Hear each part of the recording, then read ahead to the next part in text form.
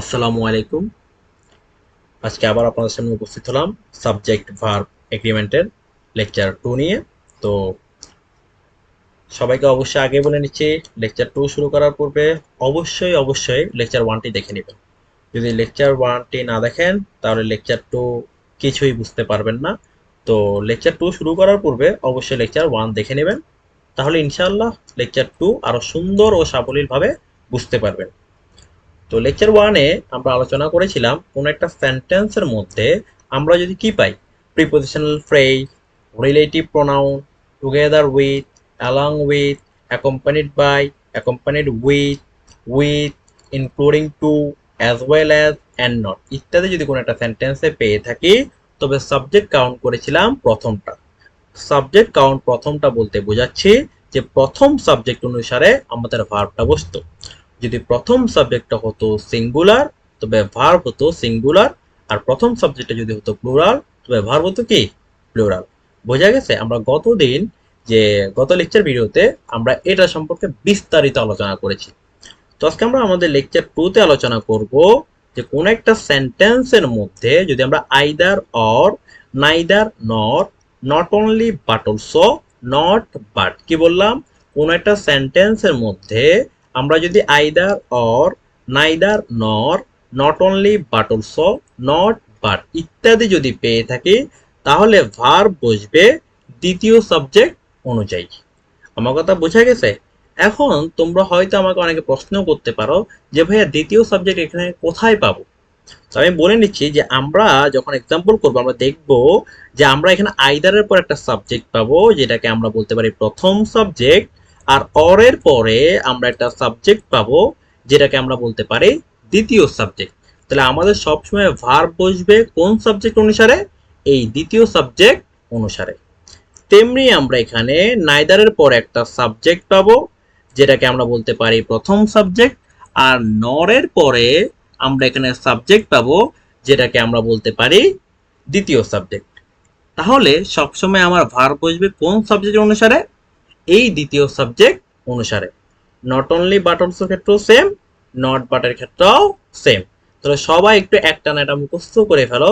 Either or, neither nor, not only but also, not but. আমার কথা বোঝা গেছে? তাহলে কি বললাম?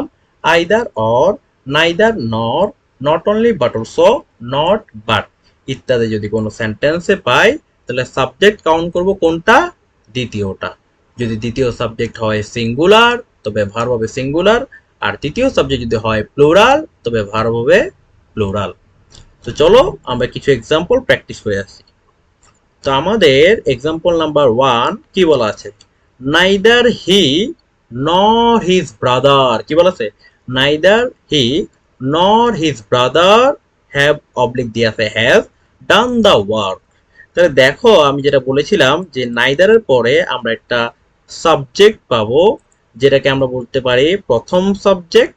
আর দেখো নরের পরে আমরা একটা সাবজেক্ট পাবো, যেটাকে আমরা বলতে পারি দ্বিতীয় সাবজেক্ট।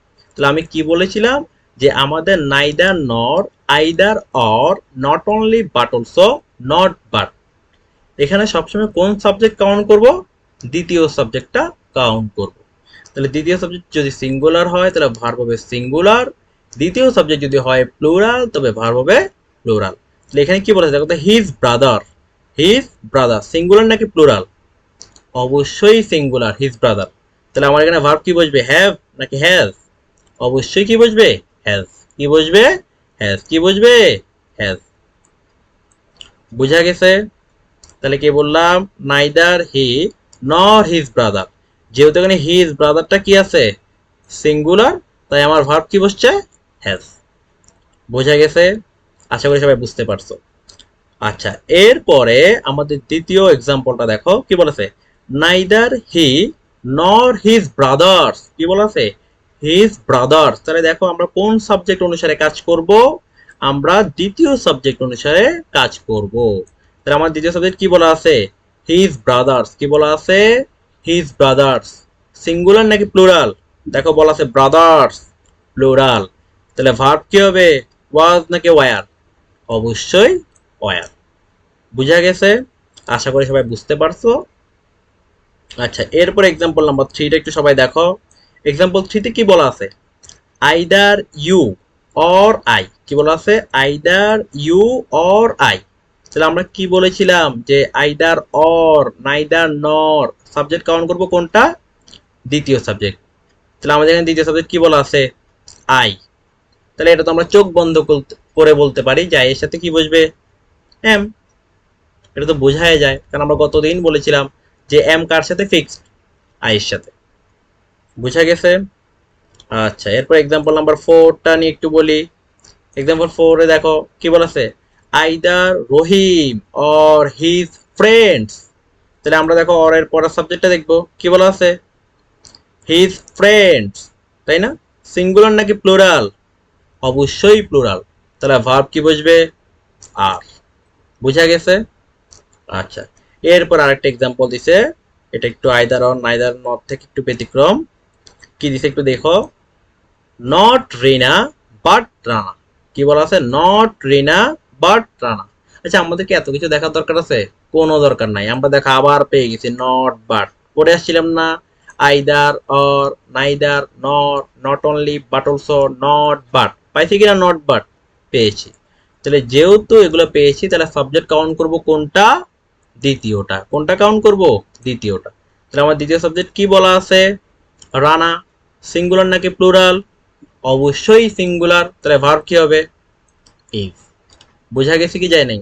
পুরো সেন্টেন্স পড়তেও হবে না, আমরা জাস্ট প্রথম অংশ দেখেই বলে দিতে পারবো যে আমাদের সেন্টেন্সের এখানে ভার্বের অ্যান্সারটা কি হবে। আমার কথা বুঝে গেছে? তাহলে প্রথম এক্সাম্পলটা নিয়ে একটু বলি। দেখো এখানে কি বলা আছে?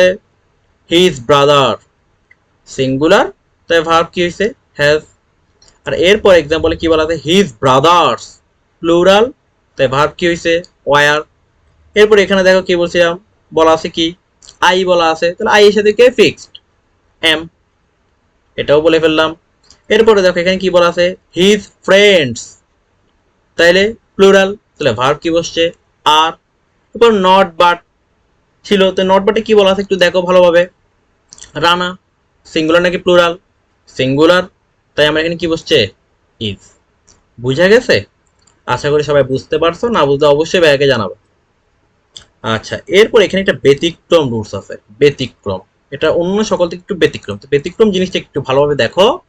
বলা আছে কোন একটা সেন্টেন্সের মধ্যে আমরা যদি আইদার অফ অথবা নাইদার অফ যদি কোনো বাক্যের সাবজেক্ট রূপে পাই, তবে ভার্বটা সবসময় কি হবে?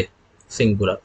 কি বললাম? কোন একটা সেন্টেন্সের সাবজেক্ট রূপে আমরা যদি আইদার অফ, নাইদার অফ এগুলা পেয়ে থাকি, তবে ওই ভার্বটা সবসময় কি হবে? সিঙ্গুলার। বোঝা গেছে? একটু ভালোভাবে এক্সাম্পল গুলো খেয়াল করো। দেখো তো এখানে কি বলা আছে? Neither of them. কি বলা আছে? সরি, কি বলা আছে? Either of them. কি বলা আছে? Either of them. কি বলা আছে? Either of them. তাহলে আমার চোখ বন্ধ করে আমার কিছু দেখার দরকার আছে? নাই। কি পাইছি? Either of. তাহলে ভার্ব সবসময় কি? সিঙ্গুলার। তাহলে সিঙ্গুলার ভার্ব এখানে কি আছে? ওয়াজ। বুঝা গেছে? এরপরটা তো তোমরা ইনশাল্লাহ পারবে। দেখো কি বলা আছে? Neither of them. কি বলা আছে? Neither of them. তাহলে আমার এত কিছু দেখার দরকার নাই, আমি দেখবো এখানে কি আছে? Neither of. তাহলে নাইদার অফ থাকলে আমার সবসময় ভার্ব কি হবে? সিঙ্গুলার। তাহলে সিঙ্গুলার ভার্ব এখানে কি আছে? হ্যাজ। আশা করি সবাই বুঝতে পারছো। তো সবাই এই জিনিসগুলো একটু ভালোভাবে দেখার চেষ্টা করো, আর বাসায় একটু ভালোভাবে এই জিনিসটাকে একটানা মুখস্থ করার চেষ্টা করো। একটানা মুখস্থ, ছন্দে ছন্দে মনে রাখার চেষ্টা করো, তাহলে জিনিসগুলা ইজিলি পারবে। আমার কথা বুঝা গেছে? তাহলে ক্লাস শেষ করার পূর্বে আরেকবার বলে নি। Either or, neither nor, not only but also, not but ইত্যাদি যদি কোনো সেন্টেন্সে পাই, তবে সব সময় আমার সাবজেক্ট কাউন্ট করতে হবে দ্বিতীয়টা। দ্বিতীয় সাবজেক্টটা যদি হয় সিঙ্গুলার, তবে ভার্ব হবে সিঙ্গুলার। দ্বিতীয় সাবজেক্ট যদি হয় প্লুরাল, তবে ভার্ব হবে প্লুরাল। বুঝা গেছে? তবে ব্যতিক্রম নিয়ম যেটা করেছিলাম সেটা হচ্ছে কোন একটা সেন্টেন্সের মধ্যে আমরা যদি আইদার অফ এবং নাইদার অফ কে সাবজেক্ট রূপে পাই, তবে ভার্ব সবসময় কি বসবে? সিঙ্গুলার। এই জিনিসটা একটু ভালোভাবে মাথায় রাখবে। বুঝা গেছে? তো আজকে এতটুকুই থাকুক। ইনশাল্লাহ পরবর্তী লেকচার ভিডিওতে আবার দেখা হচ্ছে। আল্লাহ হাফেজ। আসসালামু আলাইকুম।